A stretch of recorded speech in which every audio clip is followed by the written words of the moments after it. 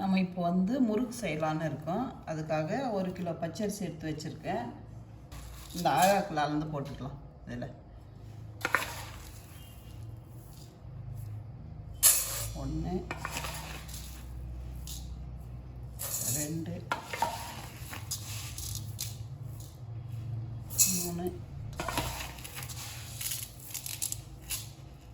4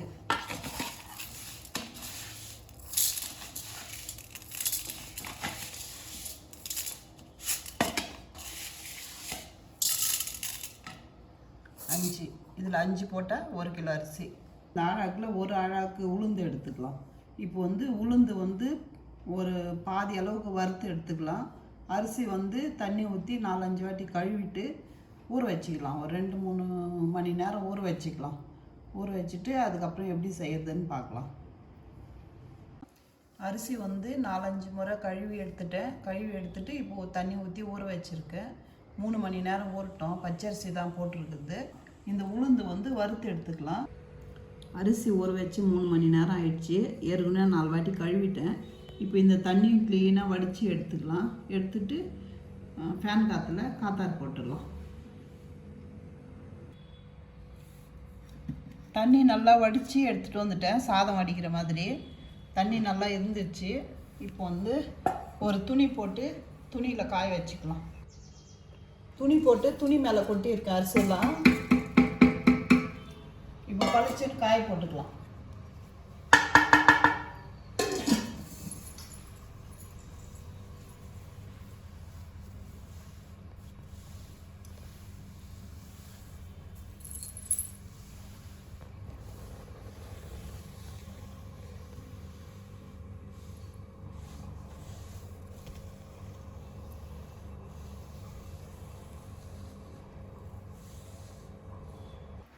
அரிசி வந்து கழுவி துணியில் நல்லா காய போட்டு வச்சுருந்தேன். 4 மணி நேரம் காஞ்சிச்சு ஃபேன் காற்றுல. இப்போ எடுத்து ஒரு டப்பாவில் போட்டு வச்சுருக்கேன். இப்போ அதில் வந்து உளுத்தம் பருப்பு வறுத்து கொட்டிக்கலாம். இது ஒரு ஆழாக்கு உளுத்தம் பருப்பு போட்டு வறுத்துக்கலாம். 1 கிலோ அரிசிக்கு ஒரு ஆழாக்கு உளுத்தம் பருப்பு கரெக்டாக இருக்கும்.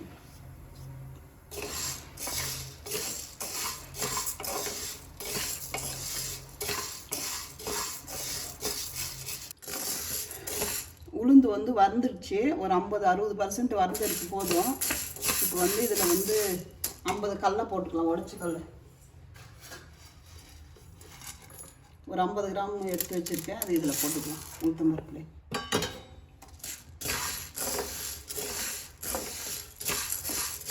இப்போ வந்து கேஸ் ஆஃப் பண்ணிக்கலாம். அந்த சூட்டில் இருந்தால் போதும். உடச்சி கல்லை உளுந்து வறுந்துருச்சு. கேஸ் ஆஃப் பண்ணிக்கலாம். ஆறட்டும் கொஞ்ச நேரம். அப்புறமா அரிசியில் போட்டு கலந்துடலாம்.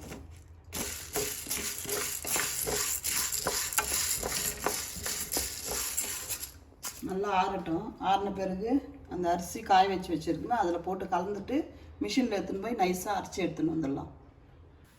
அரிசி உளுந்து உடச்சிக்கல்ல எல்லாமே போட்டு அரைச்சின்னு வந்தாச்சு மிஷினில். ஒரு பேஷன் வச்சுருக்கேன். இந்த முறுக்கு மாவில் வந்து பாதி மாவு போட்டு கலந்துக்கலாம்.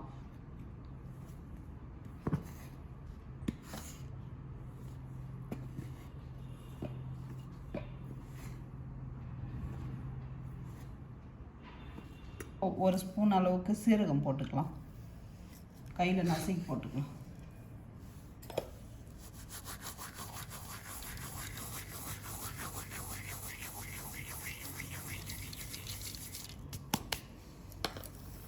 அதே மாதிரி உடச்சிது மிளகு, முழு மிளகு உடச்சி வச்சுருக்கேன். இதுவும் ஒரு ஸ்பூன் போட்டுக்கலாம்.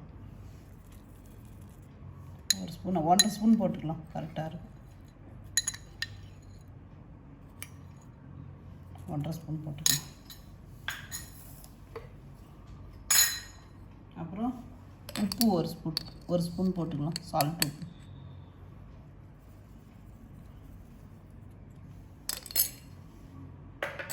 அப்புறம் வெண்ணெய் இந்த அளவுக்கு இருக்குது. இது மொத்தம் போட்டுக்கலாம். இப்போ வந்து இது எல்லாமே நல்லா கையில் பிசைஞ்சு விட்டுக்கலாம்.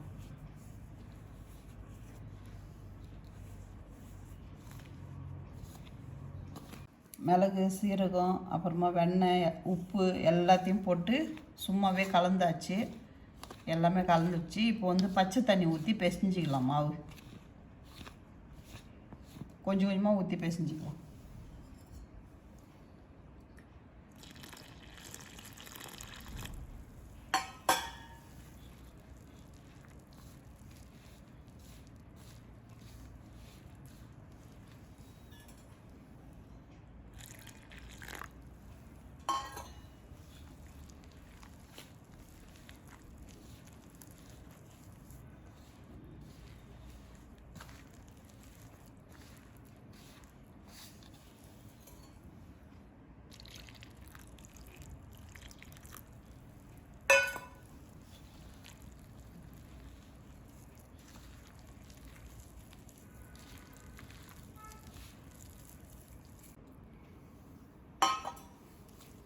கொஞ்சம் கொஞ்சமாக தண்ணி ஊற்றி பிசைஞ்சிருக்கேன்.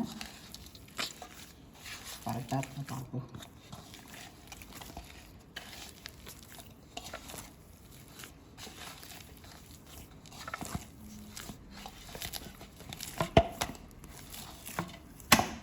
மாவு நல்லா கலந்தாச்சு. இந்த அளவுக்கு இலக்கமாக இருந்தால் கரெக்டாக இருக்கும். ஒரு ஸ்பூன் அளவுக்கு எண்ணெய் மேலே ஊற்றி கலந்துக்கலாம். ஏன்னா கையில் ஒட்டாமல் இருக்கும்.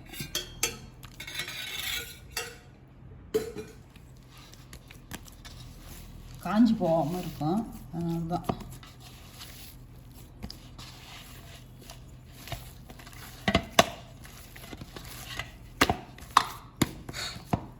இப்போ கேஸ் பற்ற வச்சு ஒரு நான்ஸ்டிக் தவா வச்சுருக்கேன்.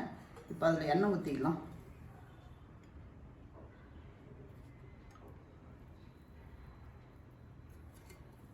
எண்ணெய் நல்லா காயட்டும்.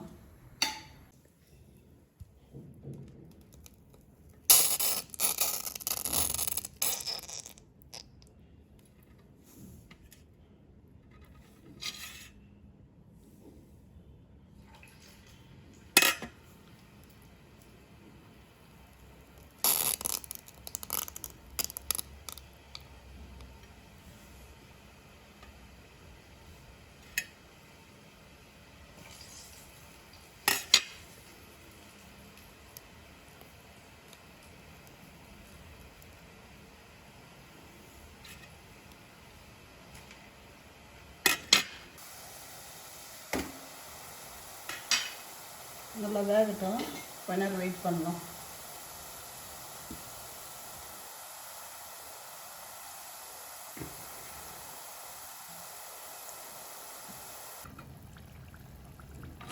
முறுக்கு வெந்துடுச்சு. இப்போ எடுத்து போட்டுக்கலாம் ஒன்று ஒன்றா தட்டில்.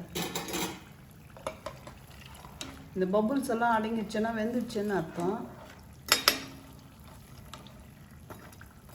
இது கொஞ்ச நேரம் இருக்கும். இதை எடுத்துடலாம்.